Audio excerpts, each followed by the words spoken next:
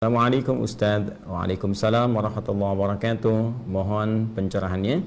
Untuk korban seperti hewan kambing, apa harus menunggu hewan tersebut umurnya sudah dewasa untuk disembelih? Dan minimal berapa umur hewan agar bisa dikorbankan? Mohon petunjuk, jazakallahu khair.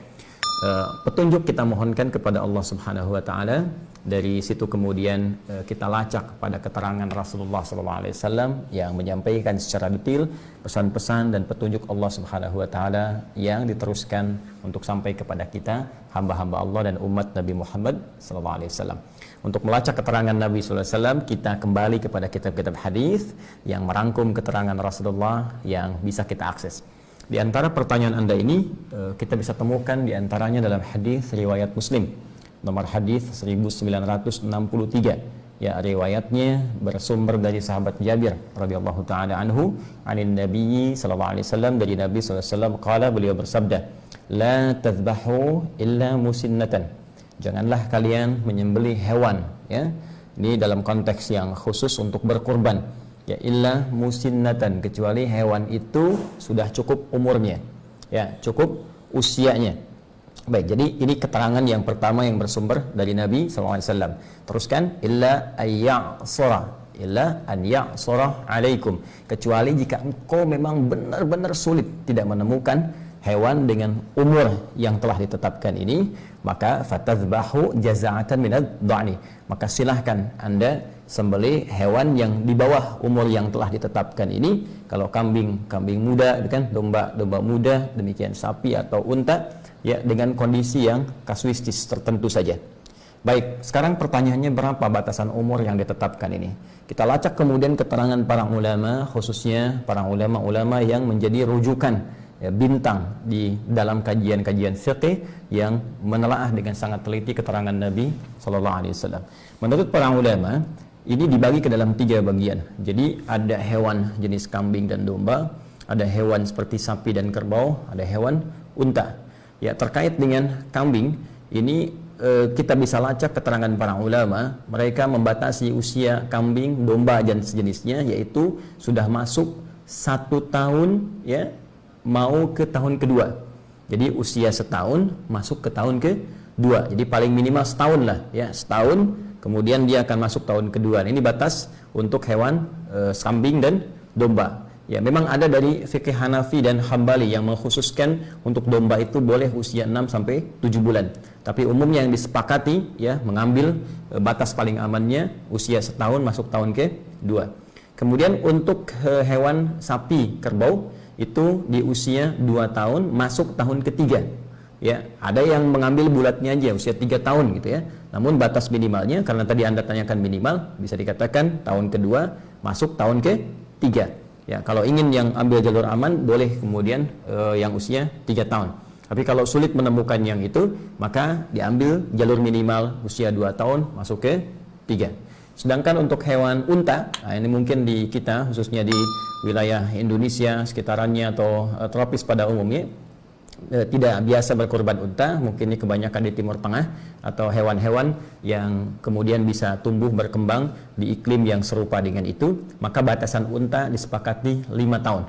Ya, jadi kalau kita ambil 1 masuk tahun kedua, 2 masuk tahun ketiga, kemudian yang terakhir unta 5 tahun. Ingat ya, kambing, ya, usia setahun masuk tahun kedua, kerbau atau sapi usia 2 tahun masuk tahun ketiga, atau kalau mau ambil bulat 3 tahun. Kemudian unta usia 5 tahun. Nah, dari kondisi ini kalau sudah ditemukan tidak cukup sampai ke umur, cek lagi kondisi fisik. Ya, karena nanti ada hadis Nabi sallallahu alaihi wasallam yang disampaikan dari Al-Bara bin Azib. Ya, ini juga diriwayatkan oleh Imam Abu Daud, sangat spesifik menunjuk pada hewan-hewan yang dibenarkan untuk ditunaikan ibadah kurban. Ya, apa diantara hewan-hewan itu? Ada 4 kategori, arba'un. Ya, arba'un la yajuzu fihi al-adahi. Ya, kata Nabi SAW, ada 4 kondisi yang tidak diperkenankan. 4 kondisi ini, hewan yang memiliki 4 kondisi ini untuk dijadikan hewan kurban. Ya, apa saja? Pertama, al-aura, bayyinun auruha. Pertama, al-aura, mohon maaf sekali, hewan yang matanya buta, ya, picak gitu kan. Nah ini kalau nampak benar butanya, nampak benar kelihatannya, nah itu haram hukumnya untuk dijadikan bagian dari hewan kurban, cacat yang permanen sifatnya. Ya, kemudian yang kedua, al-maridah bayyinun maraduha, hewan yang sakit, kelihatan benar sakit. Ya, dengan segala jenis penyakit yang kiranya bahkan ketika disembelih bisa membahayakan ya bagi orang yang mengkonsumsinya. Ya, kita bisa lihat kadang-kadang, mohon maaf ya, ketika dicek oleh bagian dinas kesehatan misalnya untuk hewan, ternyata ada bagian hewan kurban yang mohon maaf sekali tumbuh belatung ya, ketika dibuka itu kemudian dicek ternyata sakit, ada yang flu hewan dan sebagainya. Apalagi sekarang misalnya musim pandemi begini juga mesti dipastikan harus benar ya. Kemudian juga yang ketiga adalah pincang ya, yang jelas kepincangannya. Jadi karena kondisi tertentu cacat permanen di salah satu kakinya misalnya, ini nggak boleh juga ya. Kemudian yang keempat, ini yang tidak kalah penting, kurus ya, terlampau kurus. Jadi hewan yang la tanqa, al-kasir alladzi la tanqa, hewan yang terlampau kurus yang nggak ada dagingnya. Ya, hati-hati, ini sangat sensitif sekali masalah ini, karena kurban pertama yang diperintahkan oleh Allah kepada dua anak Nabi Adam alaihi assalam ya, itu terkait dengan spesifikasi yang dimaksudkan. Nanti ada di Quran surah ke-5 ya, Al-Maidah ayat ke-27. Watsdu alaihim naba abnai adam bil haqq ya idh qarraba qurbanan fatuqabbala min ahadihima wa lam yutaqabbal min al-akhar. Watsdu alaihim naba abnai adam bil haqq. Ya Muhammad sallallahu alaihi wasallam, coba bacakan, pahamkan ya, sampaikan kepada umatmu supaya mereka memahami, mengerti tentang kaidah kurban yang pertama kali diperintahkan pada dua anak Adam alaihissalam. Kisahkan kisah kedua anak ini dengan kisah yang sesungguhnya, sebenar-benarnya. Ya, kenapa ada kalimat bil haqq itu ya, karena memang banyak versi Israiliyat yang menceritakan kisah pengorbanan ini dengan kisah-kisah yang terlampau jauh dari kebenaran. Karena itu diminta Rasulullah SAW untuk meluruskan kembali sehingga kisahnya bisa benar. Di antara yang paling penting pada kisah ini adalah idh qarraba qurbana, ketika keduanya diperintahkan oleh Allah untuk menghadirkan kurban demi menyampaikan hasil putusan ya dari keinginan keduanya untuk bisa menikahi salah satu pasangan yang diperselisihkan. Ya, telah ditetapkan yang satu secara silang, kan? A kemudian ke C, B kemudian ke D, tapi ternyata yang A menginginkan pasangan yang berbeda, sehingga di situ dimintakan oleh Allah Subhanahu wa taala, ayo berikhtiar kalau begitu. Ya, nanti yang paling serius, yang paling benar, yang paling bagus takwanya, dia bisa mendapatkan apa yang dia inginkan. Ikhtiarnya dengan apa? Kurban. Nah, karena itu kurban ini teman-teman sekalian menjadi sebuah wasilah untuk berikhtiar supaya kita mendekat kepada Allah, yang dengan pendekatan itu, ini salah satu hikmahnya, kita bisa bermohon, dan permohonan kita itu akan terjadi percepatan dalam pengabulannya. Ya, kalau saya sedikit lompat sebentar, ya, kurban itu salah satu wasilah takwa. Ya, salah satu wasilah takwa. Karena nanti di ayat lain di Quran surah ke-22 Al-Hajj, ketika Allah berfirman, la yanalallaha luhumuha wala dima'uha walakin yanaluhu taqwa minkum. Ya, yang sampai kepada Allah bukan darahnya, bukan dagingnya dari korban itu, tetapi ketakwaan Anda. Ya, takwa itu menunjuk pada kesungguhannya, keseriusannya. Nah, jadi nanti yang dilihat dari dua anak cucu Adam ini, ya, jadi bukan sekedar apa yang dikorbankan, tapi keseriusan yang menjadi gambaran dari nilai takwa yang tersemai di dalam jiwa. Nah, apa yang nampak itu? Fatuqabbala min ahadihima wa lam yutaqabbal min al-akhar. Maka dari ciri takwa ini kelihatan, satu kata Allah diterima, yang benar-benar menghadirkan nilai takwa ketika berkorban, yang satu lagi ditolak. Ketika ditelusuri kemudian kisahnya, ternyata yang diterima ini, Masya Allah, dia punya hewan ternak. Kemudian dari sekian hewan ternak itu, ada di antara hewan yang sangat dia sayangi, berikan perhatian, jadi gemuk, yang paling bagus, ya, dagingnya paling bagus, yang paling gemuk, yang paling bersih. Nah, itu yang dia pilih untuk dikorbankan. Ya, itu yang dia ajukan. Sementara yang satu lagi, dia punya perkebunan.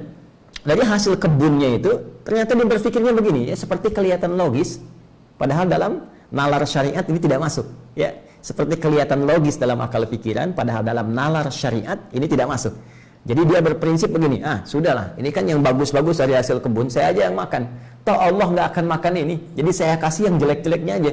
Dia korbankan yang jeleknya, ya, dengan asumsi bahwa Allah nggak makan, Allah nggak minum, Allah nggak butuh ini, yang butuh penting gitu kan saya kurban. Ternyata prinsip yang seperti ini tidak mendapatkan penerimaan di sisi Allah Subhanahu wa taala. Sampai muncul penegasan, "Hei, ini hewan paling bagus pun yang sampai pada Allah bukan hewannya." Memang betul, bukan hewannya, bukan darahnya, tapi kesungguhan engkau dalam mempersembahkan itu.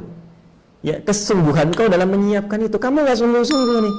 Kurban kamu cuma yang jelek-jelek, kurban kamu nggak bernilai, nggak ada kualitasnya, maka diterimalah yang satu yang serius, yang ini ditolak. Dari sinilah kemudian muncul syariat kemudian sampai kepada kita untuk menunjukkan kesungguhan dalam berkorban. Jadi jangan sampai begini, cari yang biasa-biasa, apalagi punya aib yang 4 tadi, ya. Karena ini murah misalnya, ambil. Ini yang pincang aja, harganya diskon 50%. Nah, itu nggak bisa. Ya, maka orang-orang yang berkorban dari hasil-hasil yang tidak baik, maka sudah pasti tidak akan mendapatkan penerimaan dan tempat di sisi Allah Subhanahu wa taala. Termasuk dikiaskan kepada harta yang dibelanjakan untuk korbannya. Ini juga menjadi penting. Ya, awas, hati-hati, uang hasil korupsi nggak boleh pakai kurban. Ya, uang hasil rampokan, uang hasil pencurian, hasil riba, hati-hati, ya. Nah, jadi ambil yang paling halal yang bisa Anda persembahkan untuk kurban itu. Itu yang akan dilihat oleh Allah Subhanahu wa taala. Jika itu terjadi, nabung, Masya Allah, ya. Bahkan ada yang mencoba berpindah dari kegiatan yang nggak bagus kepada yang bagus. Ya, misal biasa merokok, mohon maaf ya, ya tiba-tiba dia pengen beralih, uang itu dia tabung tuh, tabung terus beli hewan kurban. Wah, itu luar biasa tuh. Ya, itu luar biasa. Nah, apalagi dari Anda nabung yang paling halal, paling baik, ya, alih-alih beli dunia, Anda belikan hewan kurban. Kemudian di situ ketika disembelih, Anda berdoa. Masih ingat tadi? Yang dilihat takwanya. Ketika takwa itu muncul, perhatikan Quran surah kelima Al-Maidah ayat 35. Ya ayyuhalladzina amanu ittaqullah wabtaghu ilaihil wasilah. Hei orang-orang beriman, tingkatkan takwamu kepada Allah dan jadikan peningkatan takwa itu sebagai wasilah untuk mencari apa-apa yang engkau ingin harapkan. Jadi ketika itu sudah selesai kurban, langsung berdoa, minta sama Allah. Barangkali dari sekian hal yang belum Anda dapatkan itu, inilah momentumnya untuk mempercepat pengabulan doa yang Anda lama telah ingin sampaikan. Nah, jadi itu dari segi umur, kemudian dari segi fisik. Dan untuk fisik saya sempurnakan dulu. Jadi ada yang dibenarkan, boleh, itu yang sempurna, hilang dari cacat, bagus dan sejenisnya. Dan yang kedua yang makruh, ya, ada yang hewan-hewan yang dimakruhkan seperti cacat-cacat ringan. Di tanduknya misalnya ada goresan, kan? Misal ada kakinya lecet yang bukan permanen tapi terlihat misalnya ada cacat, ya, walaupun sedikit itu makruh. Sementara yang haram tadi yang 4, yang jelas butanya, jelas sakitnya, kemudian jelas pincangnya, permanen, kemudian kurus, tidak berdaging. Nah, untuk itu sekarang persoalannya, anggarannya ada berapa? Bikin kalau ingin berkurban, dari anggaran yang ada, cari hewan yang paling bagus dengan anggaran itu. Saya punya 2,5 juta Ustadz, baik, berangkat, cari 2,5 juta yang paling bagus, ya, di kualifikasi itu. Demikian seterusnya, dan semoga Allah mengabulkan ikhtiar kita, menerima ibadah kita, memaafkan kita, dan menyempurnakan seluruh apa yang kita mohonkan berada dalam nilai-nilai kebaikan. Allahu Allahu Allahu Allah Allah